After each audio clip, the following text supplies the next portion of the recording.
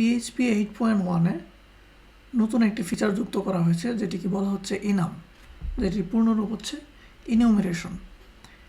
এই enum কি বা আমরা এটা কিভাবে ইউজ করব, এটা বোঝার আগে আমরা বোঝার চেষ্টা করি যে এতদিন যে enum ছিল না তাতে আমাদের সমস্যাটা কী ছিল। আমরা যদি সমস্যাটা ভালো করে বুঝতে পারি তাহলে আমরা enum যে সমস্যাটা সমাধান করতেছে তখন আমরা enum-এর ব্যবহারও বুঝতে পারব। ধরুন আপনি নতুন একটা কোম্পানিতে জয়েন করেছেন, জয়েন করার পরে তাদের কোড বেজ ওপেন করে আপনি একটা মেথড দেখলেন, যে মেথডটা হচ্ছে টাস্ক কন্ট্রোলার, তার মধ্যে ইন্ডেক্স নামে একটা মেথড আছে, যেই মেথডে এরকম একটা কোড লেখা আছে। এই কোডটা খুবই সিম্পল। এখানে আমরা টাস্ক মডেলের মধ্যে সিলেক্ট করতেছি নেম এবং স্ট্যাটাস, এবং আমরা এখানে হোয়ার করতেছি হোয়ার স্ট্যাটাস ইকুয়াল টু 1, তারপরে সর্ট বাই লেটেস্ট 10টা এলিমেন্ট আমরা দেখাচ্ছি। আমরা যদি আউটপুটটা দেখি তাহলে আমরা দেখতে পারবো যে এই হচ্ছে আমাদের আউটপুট। যেহেতু আপনি এই কোম্পানিতে নতুন জয়েন করেছেন, এই কোডটা দেখে প্রথমে আপনার মনে যে প্রশ্নটা জাগবে সেটা হচ্ছে যে এই স্ট্যাটাস ইকুয়াল টু 2, এই 2 মানে কি? তো 2 মানে কি এটা এই কোড থেকে বোঝার কোনো উপায় নাই। তো আপনি কি করবেন, আপনি কোনো সিনিয়র ডেভেলপারকে জিজ্ঞেস করবেন যারা এই কোম্পানিতে আগে থেকে কাজ করতেছে।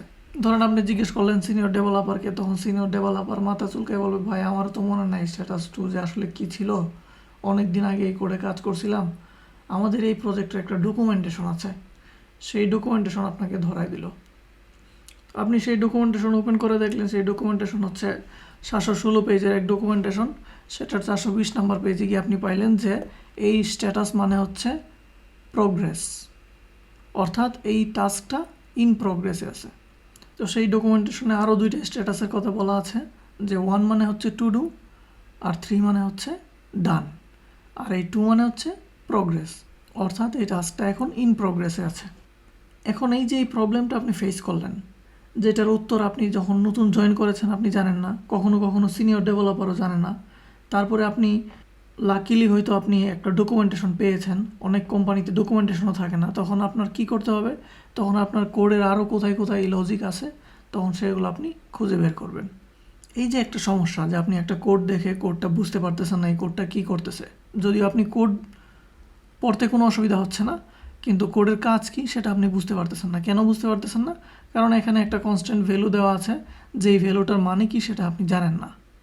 তো এতে করে কোডের রিডেবিলিটি কিন্তু কমে গেল। তো এখন এখানে হার্ড কোডের 2 না লিখে আপনাকে যদি দায়িত্ব দেওয়া হয় যে এটা এমনভাবে লিখো যাতে কোডটা পড়লেই বোঝা যায় যে এটা দিয়ে কি করা হচ্ছে, তাহলে আপনি কি করতেন? একটা সলিউশন হইতে পারে যে আপনি এখানে বলতেন প্রোগ্রেস। তার মানে এখন এই কোডটা দেখে অন্তত বোঝা যাচ্ছে যে এই কোডটাতে আমরা কি করতেছি, ওই টাস্কগুলো নিয়ে আসতেছি যাদের স্ট্যাটাস হচ্ছে প্রোগ্রেস। আমি বলবো এটা ইন এসেন্স রিডেবিলিটি বাড়াচ্ছে।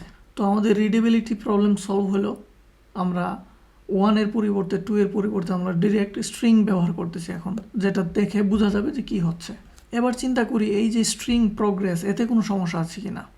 এখন ধরেন এই প্রজেক্টের অন্য একটি জায়গা, অন্য একটি কন্ট্রোলারে কিংবা মডেলে কিংবা কোনো একটা সার্ভিসে আপনি কি করবেন, আপনি এই স্ট্যাটাস ইকুয়াল টু প্রোগ্রেস কিনা সেটা আপনি আবার চেক করতে চাইবেন।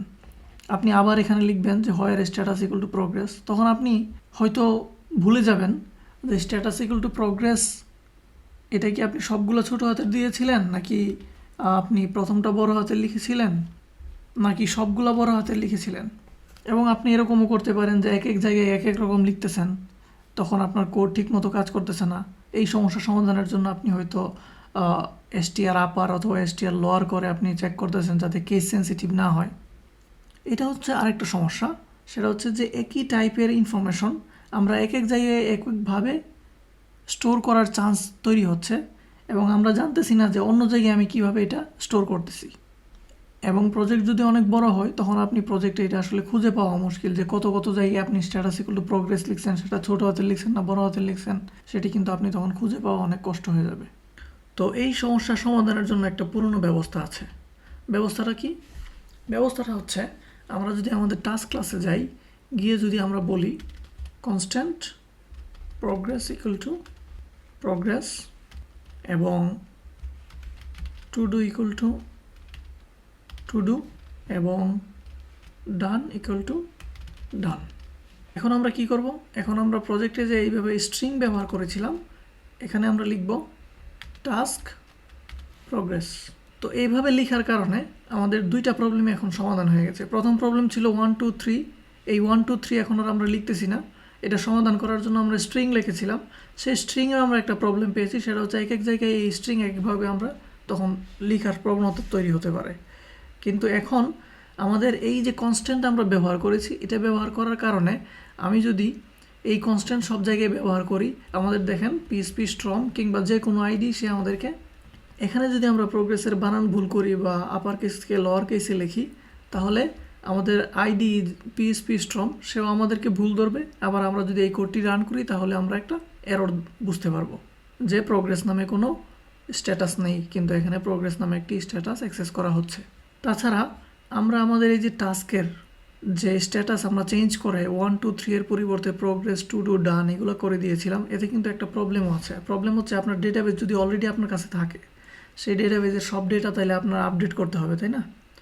তো এখন আপনার ডেটাবেস যেহেতু অলরেডি আছে, আপনি যেহেতু টু ডু ইন প্রোগ্রেস এই স্ট্রিংয়ে নিতে পারবেন না, আপনি কিন্তু চাইলে এখানেও আপনি এখন 1 2 3 এইভাবে আপনি ইউজ করতে পারেন। কারণ আপনার কন্ট্রোলারে এখন আর 1 2 3 আমরা এমনিতেও দেখাচ্ছি না, কারণ এখন আমার মডেলে 1 2 3 কনস্ট্যান্ট থাকলেও, আমার ডেটাবেসে 1 2 3 থাকলেও আমাদের এখানে কোড পড়তে আমাদের কোনো সমস্যা হচ্ছে না। তার মানে কোডের রিডেবিলিটি ঠিক আছে এবং কোডের ইন্টিগ্রিটিও ঠিক আছে, অর্থাৎ স্ট্যাটাসের স্পেলিংও এক এক জায়গায় এক এক রকম হবে না এবং আমাদের আউটপুটও ঠিক আছে। তো এখন আমরা আরেকটি প্রবলেমের কথা চিন্তা করি। ধরুন আমি একটি প্রোটেক্টেড মেথড লিখলাম, মেথডটির নাম হচ্ছে গেট বাই স্ট্যাটাস, যেখানে আমরা স্ট্যাটাস পাস করব। আর এই যে কোডটুকু আছে, এই কোডটুকু আমরা এখানে নিয়ে গেলাম। সো এটি একটি কালেকশন রিটার্ন করবে, কারণ লারাভেলের গেট মেথড একটি কালেকশন রিটার্ন করে। সো আমরা টাইপ ইন করে দিলাম যে এটা হচ্ছে একটা কালেকশন। আর এখানে তাহলে কি আসবে? এখানে আসবে আমাদের স্ট্যাটাস। তার মানে যেই স্ট্যাটাস আমরা পাঠাবো সেই স্ট্যাটাসই এখানে আমাদেরকে দেখাবে। এখন আমরা যেটা করব সেটা হচ্ছে যে আমরা বলবো this get by status task progress. এখানে আমরা টাস্ক প্রোগ্রেস না লিখে আমরা বলবো যে স্ট্যাটাসটা এখানে পাঠানো হয়েছে সেই স্ট্যাটাসটা যেন কোয়েরি করা হয় এবং আমরা এটাকে রিটার্ন করে দিই। আমরা যদি আমাদের কোডটা রান করি তাহলে আমরা দেখব আমাদের আউটপুট একই আছে। কারণ কি? কারণ হচ্ছে আমরা প্রোগ্রেসকে এখানে পাঠাচ্ছি, এখানে কি চলে আসতেছে, প্রোগ্রেস মানে হচ্ছে 2, তার মানে 2 চলে আসতেছে এখানে, তারপর আমরা স্ট্যাটাসে 2 আসলে কম্পেয়ার করতেছি। এখানে আমরা প্রোগ্রেসের পরিবর্তে যদি বলি টু ডু, তাহলে এখানে 1 পাস হবে এবং 1 পাস হলে আমাদের আউটপুট আসবে শুধু আমাদের টু ডু যে টাস্কগুলো আছে সেগুলো। এখন আমরা যদি এখানে লিখি 3, তাহলে কি আসবে? তাহলে আমাদের আসবে ডান যে টাস্কগুলো আছে সেগুলা। সেটা না লিখে আমরা কীভাবে লিখবো? আমরা লিখবো হচ্ছে টাস্ক ডান, তাই না? এখন প্রবলেমটা হচ্ছে এই স্ট্যাটাসের মধ্যে আমরা কি পাঠাচ্ছি? আমরা পাঠাচ্ছি হচ্ছে ইন্টিজার। তো আমরা বলে দিলাম যে ইন্টিজার, যাতে ইন্টিজার ভ্যালু ছাড়া অন্য কোনো ভ্যালু পাঠাতে না পারে। ফর এক্সাম্পল, কেউ যদি এখন এ পাঠায় তাহলে আমাদের এরর দিবে। কি এরর দিবে? আমাদেরকে এরর দিবে যে এখানে আমাদের ইন্টিজার পাঠানোর কথা, কিন্তু আমি একটা স্ট্রিং পাঠিয়েছি। খুবই ভালো, আমরা এটাই চাই। কিন্তু এখন যদি আমি বলি যে 9, তাহলে কি হবে? তাহলে আমাদের লারাভেল কিন্তু আমাকে কোনো এরর দিচ্ছে না, অর্থাৎ এই 9 স্ট্যাটাসে আমাদের কাছে কোনো টাস্ক নেই। এই যে এখানে আমরা গেট বাই স্ট্যাটাস এই মেথডটিকে আমরা 9 দিয়ে কল করতে পেরেছি। কেন করতে পেরেছি? কারণ এটি একটি ইন্টিজার অ্যাকসেপ্ট করে এবং এই ইন্টিজার 9ও একটা ইন্টিজার, কিন্তু 9 বলতে তো আমাদের কোনো স্ট্যাটাস নাই। তার মানে 1 2 3 এর পরিবর্তে অন্য কিছু আমাদের পাঠানোই উচিত না, কিন্তু আমরা সেটা পাঠাতে পারতেছি। এই প্রবলেমের সমাধান কি? আমি আবারও বলি, আমরা কি করতে চাই? আমরা চাই এখানে 1 2 3 ছাড়া অন্য কোনো ইন্টিজার ভ্যালু যদি আমি পাঠাই তাহলে আমাকে বলবে যে এখানে কারেক্ট স্ট্যাটাস তুমি পাঠাও নাই, কারণ আমাদের ডেটাবেসে বা আমাদের এই অ্যাপ্লিকেশনে 1 2 3 এর পরিবর্তে অন্য কোনো স্ট্যাটাস নাই। অর্থাৎ এই যে টু ডু প্রোগ্রেস ডান এর পরিবর্তে অন্য কোনো স্ট্যাটাস আমাদের কাছে নাই, কিন্তু তুমি 9 পাঠাতে পারতেছো। তার মানে এই মেথড কল করার সময় আমরা তাকে বলবো যে no, you cannot call with this status. এই সমস্যার সমাধান করার জন্য PHP 8.1 এর আগে আসলে কোনো সুন্দর ব্যবস্থা ছিল না। আপনি করতে পারবেন, ফর এক্সাম্পল আপনি একটা ক্লাস ডিফাইন করলেন যেখানে স্ট্যাটাস থাকবে, সেই ক্লাসকে পাস করতে পারেন, কিংবা এনামের লাইব্রেরি ছিল থার্ড পার্টি লাইব্রেরি, যেটা পিএইচপির বিল্ট ইন লাইব্রেরি না, সেই লাইব্রেরিগুলো ইউজ করে আপনি স্ট্যাটাস ডিফাইন করতে পারতেন। এই যে আমি বললাম যে থার্ড পার্টি এনাম লাইব্রেরি, এটা থেকে আপনারা নিশ্চয়ই বুঝতে পারতেছেন যে এই প্রবলেমটা আসলে এনাম দিয়ে সলভ করা যায়। এনাম দিয়ে শুধু যে আমরা এই প্রবলেমটা সলভ করতেছি তাই না, আগের যে দুইটা প্রবলেম ছিল যে এখানে আমরা টাস্ক প্রোগ্রেস, এই যে এভাবে 1 2 3 এর পরিবর্তে আমরা টাস্ক প্রোগ্রেস লিখে কোডের রিডেবিলিটি বাড়াচ্ছি, পাশাপাশি আমরা চাচ্ছি এখন যে স্ট্যাটাসের জন্য ইনভ্যালিড স্ট্যাটাস, ফর এক্সাম্পল 1 2 3 এর পরিবর্তে অন্য কোনো স্ট্যাটাস এখানে পাস না করা যায়। আমাদের ফাংশনের ইন্টিগ্রিটিও আমরা বাড়াইতে চাই, সেটা করার জন্য আমাদের লাগবে হচ্ছে এনাম। এবার আমরা আসি এনাম দিয়ে এটা কিভাবে করা যায়। আমাদের এই যে টাস্ক প্রোগ্রেস, এখানে টাস্ক কি? টাস্ক হচ্ছে একটা ক্লাস, তার ভিতরে কি আছে? 3টা কনস্ট্যান্ট আছে। তো পিএইচপি 8.1 আরেকটা নতুন ধরনের ক্লাস ইন্ট্রোডিউস করেছে, যেটাকে বলতেছে হচ্ছে এনাম। আমরা কিন্তু ক্লাসের পরিবর্তে আমরা লিখতে পারি ইন্টারফেস, তারপরে ট্রেট। এখন নতুন আরেকটা জিনিস আসছে, সেটা হচ্ছে এনাম। তো চলুন আমরা দেখি কিভাবে একটি এনাম ক্রিয়েট করতে হয়।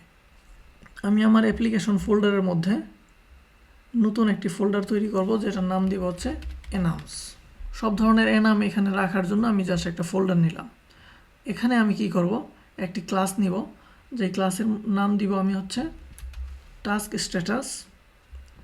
এই দেখেন পিএইচপি স্ট্রমে আমরা চাইলে ক্লাস, ইন্টারফেস, ট্রেট নিতে পারি, কিন্তু এনাম এখনও এরা এখানে দেয় নাই, কারণ পিএইচপি স্ট্রমে এনাম সাপোর্ট মনে হয় এখনও ইন্ট্রোডিউস করা নাই। বাট আমরা আপাতত লিখি যে এটা একটি ক্লাস। এখানে একটি ক্লাস তৈরি হয়েছে, আমরা এখন ক্লাসের পরিবর্তে আমরা লিখবো এটা একটি এনাম। সো এই টাস্ক স্ট্যাটাস হচ্ছে আমাদের একটি এনাম। এটি কোনো নর্মাল ক্লাস না, এটি একটি এনাম ক্লাস আমরা বলতে পারি। এবার আমরা এই যে কনস্ট্যান্টগুলো ডিফাইন করেছিলাম সেগুলো এখান থেকে আমরা নিয়ে যাই, নিয়ে কোথায় লিখব? নিয়ে আমরা এখানে লিখব। কিন্তু এনামের নিয়ম অনুযায়ী এদেরকে আমরা কনস্ট্যান্ট বলবো না, এদেরকে আমরা বলবো হচ্ছে কেস। তো এখন আমাকে কিন্তু একটা এরর দিচ্ছে। কেন এরর দিচ্ছে? কারণ আমাদের এই যে টাস্ক স্ট্যাটাস, সে কি রিটার্ন করতেছে? ইন্টিজার। তো এই জন্য আমাকে কোলন দিয়ে রিটার্ন টাইপ বলে দিতে হবে, অর্থাৎ এই যে টাস্ক স্ট্যাটাস, এর যে স্ট্যাটাসগুলো থাকবে সেই স্ট্যাটাসগুলো হচ্ছে ইন্টিজার। এই ধরনের এনামকে পিএইচপির ভাষায় এরা বলা হচ্ছে ব্যাকড এনাম। ব্যাকড এনাম মানে হচ্ছে যেই কেসগুলার ভ্যালু আছে এবং এখানে রিটার্ন টাইপ দিতে হচ্ছে, সেই ধরনের এনামকে বলা হচ্ছে ব্যাকড এনাম। এখন আমরা আমাদের টাস্ক কন্ট্রোলারে ফেরত যাই। আমি অন্য ফাইলগুলো কেটে দিই। তো এখন আমাদের টাস্কের মধ্যে আর প্রোগ্রেস নাই, এটা আমরা রিমুভ করে কোথায় নিয়ে গিয়েছি? আমরা নিয়ে গিয়েছি টাস্ক স্ট্যাটাসে। তো আমরা এখন লিখব হচ্ছে টাস্ক স্ট্যাটাস প্রোগ্রেস, এবং এখানে এখন আর ইন্টিজার হবে না, আমরা এখন কি লিখব? Task status. অর্থাৎ এখন আর আমরা ইন্টিজার টাইপের ডেটা পাস করব না, আমরা কি পাস করব? টাস্ক স্ট্যাটাস টাইপের ডেটা। টাস্ক স্ট্যাটাস আসলে কি? টাস্ক স্ট্যাটাস হচ্ছে একটা এনাম। তার মানে হচ্ছে আমরা এখানে বলতেছি যে এখানে এনাম পাস করতে হবে। আমি যদি এখন 1 পাস করি তাহলে আমাকে একটা ওয়ার্নিং দিবে যে না, এখানে 1 পাস করা যাবে না। আমি যদি 2 পাস করি তাহলে আমাকে ওয়ার্নিং দিবে। আমি যদি 4 পাস করি তাহলে ওয়ার্নিং দিবে। কিন্তু আমি যদি টাস্ক স্ট্যাটাস প্রোগ্রেস এটা যদি আমি পাস করি তাহলে আমাকে ওয়ার্নিং দিবে না, কারণ কি? আমি এই এনামটা পাস করছি। এবং এখানে আমি ক্লিয়ারলি বলে দিচ্ছি যে এই স্ট্যাটাস হচ্ছে টাস্ক স্ট্যাটাস এনামের ইনস্ট্যান্স, অন্য কিছু পাঠালে হবে না। তো এখন যদি আমরা আমাদের পেজটি রিলোড দিই তাহলে দেখব যে আমাদের যেভাবে কাজ করার কথা সেভাবেই কাজ করতেছে। আমাদের ইন প্রোগ্রেস আমরা পাঠিয়েছি, এখন আমাদের এখানে টু স্ট্যাটাস যেগুলো আছে সেগুলো রিটার্ন করতেছে। আমরা যদি এখানে পাঠাতাম টু ডু, তাহলে আমাদেরকে এখানে অটোমেটিক্যালি 1 স্ট্যাটাসের যারা আছে তাদেরকে কাজ করবে।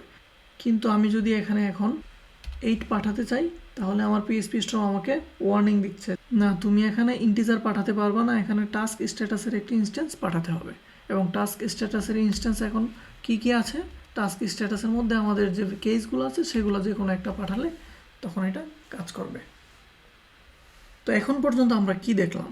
আমরা দেখলাম যে এনাম যখন ছিল না তখন আমাদের কি কি প্রবলেম ছিল, এবং ব্যাপারটা কিন্তু এরকম না যে এই প্রবলেমগুলো কোনোভাবেই সলভ করা সম্ভব না। এই প্রবলেমগুলো কিন্তু আমরা এনাম ছাড়াই এতদিন ধরে কোনো না কোনোভাবে এই প্রবলেমের সমাধান আমরা করে আসতেছি। থার্ড পার্টি এনাম লাইব্রেরি করে হোক অথবা কোডের মধ্যে ইফ এলস লজিক দিয়ে হোক, এই প্রবলেমগুলো কিন্তু আমরা সমাধান করেছি। কিন্তু এনাম আসাতে আমাদের লাইফ অনেক ইজি হয়ে গিয়েছে। আমাদের এখন আর কোড রিডেবিলিটি নিয়ে মাথা ঘামাতে হবে না।